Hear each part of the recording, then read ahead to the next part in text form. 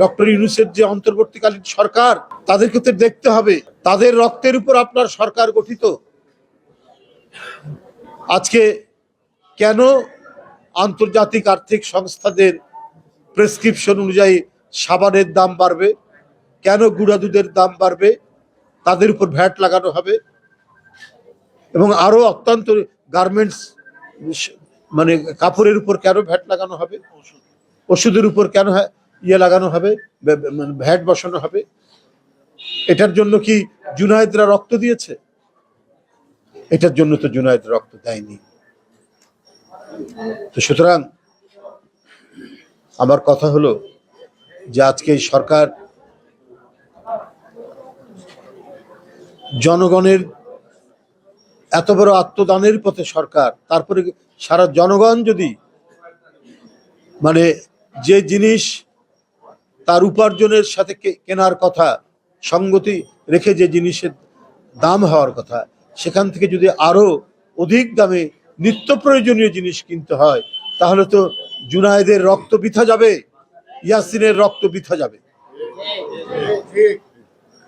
বন্ধুরা আমার, আজকে আপনারা দেখছেন যে নানা ইতিহাস বিকৃতি, এই ইতিহাস বিকৃতি থেকে সঠিক ইতিহাস শেখ হাসিনা প্রণয়ন করতে দেননি।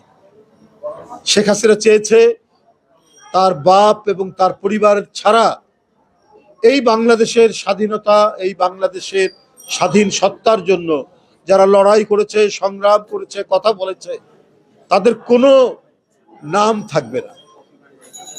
কিন্তু প্রকৃত ইতিহাস লেখার জন্যই তো এই শহীদরা জীবন দিয়েছে। তো সুতরাং আজও কেন শেখ হাসিনার দোসররা বিভিন্ন জায়গায় থাকবে?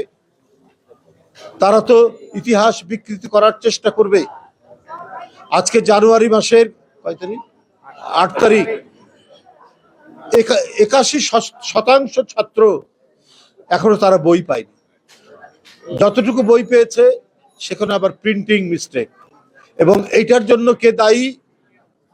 এই মুদ্রণ ব্যবসার সাথে যিনি দায়ী, তিনি হচ্ছেন শেখ হাসিনার একজন ঘনিষ্ঠ দোসর। তাকে রক্ষা করা হয়েছে। তো জুনায়েদের রক্ত তো এই জন্য সে দেয়নি। ক্লাস 9-এ পড়া একটা ছেলে, সে তো একটা সুন্দর বাংলাদেশ করার জন্য দিয়েছিল, যে হ্যাঁ, ফাইনাল পরীক্ষা শেষ হওয়ার পর তার হাতে ঝকঝকে নতুন বই এসে পড়বে। অথচ 51% বই ছাত্রছাত্রীদের হাতে এসে পড়েনি। কারণ সেখানেও শেখ হাসিনার দোসররা আছে। ওরা বাংলাদেশ লুট করেছে, ওরা শিশুদের মুখের দুধ আত্মসাৎ করেছে, এরা জায়গা জমি দখল করেছে, এদের ব্যবসায়ীরা হাজার হাজার কোটি টাকা, লাখ লাখ কোটি টাকা পাচার করেছে। সেই পাচারের কিছু অংশ শেখ হাসিনারও রয়েছে।